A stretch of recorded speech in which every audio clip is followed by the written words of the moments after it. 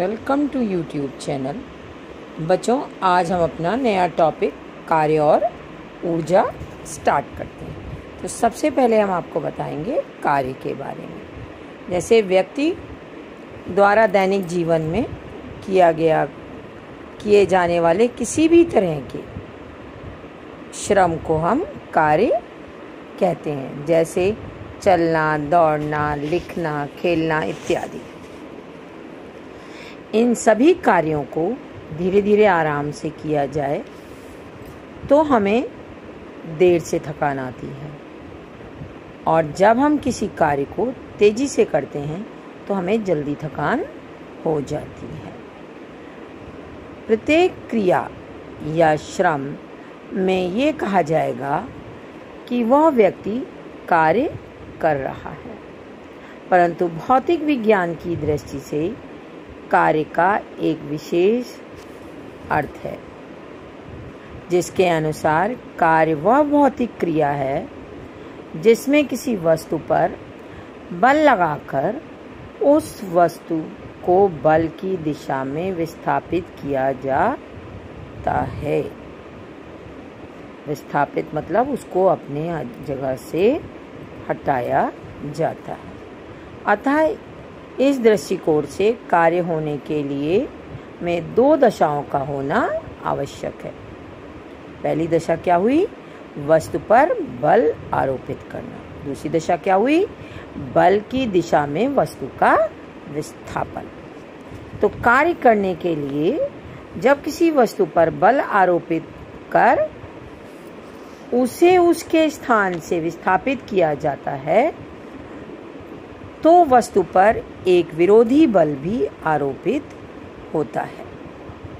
वास्तव में इस विरोधी बल के विरुद्ध वस्तु को विस्थापित करने को ही कार्य करना कहते हैं। यदि वस्तु पर कोई विरोधी बल उपस्थित न हो तो वस्तु को विस्थापित करने के लिए कोई बल आरोपित करना ही नहीं पड़ेगा।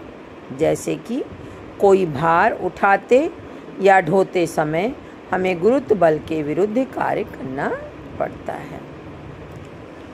अब बच्चे, कार्य की माप या एक नियत बल द्वारा किया गया कार्य। यदि किसी वस्तु पर कोई बल आरोपित करने से वस्तु बल की दिशा में विस्थापित हो जाती है तो बल द्वारा किए गए कार्य की माप बल के परिमाण तथा बल की दिशा में उत्पन्न विस्थापन के गुणनफल के बराबर होती है। अर्थात कार्य बराबर बल इंटू बल की दिशा में विस्थापन।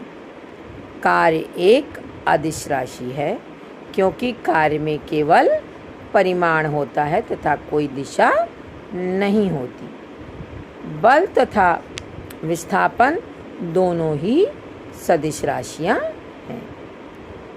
यदि कर्ता द्वारा किसी वस्तु पर लगाए गए बल का मान कैपिटल F तथा बल की दिशा में विस्थापन स्मॉल d हो तो किया गया कार्य हो जाएगा W = F × D।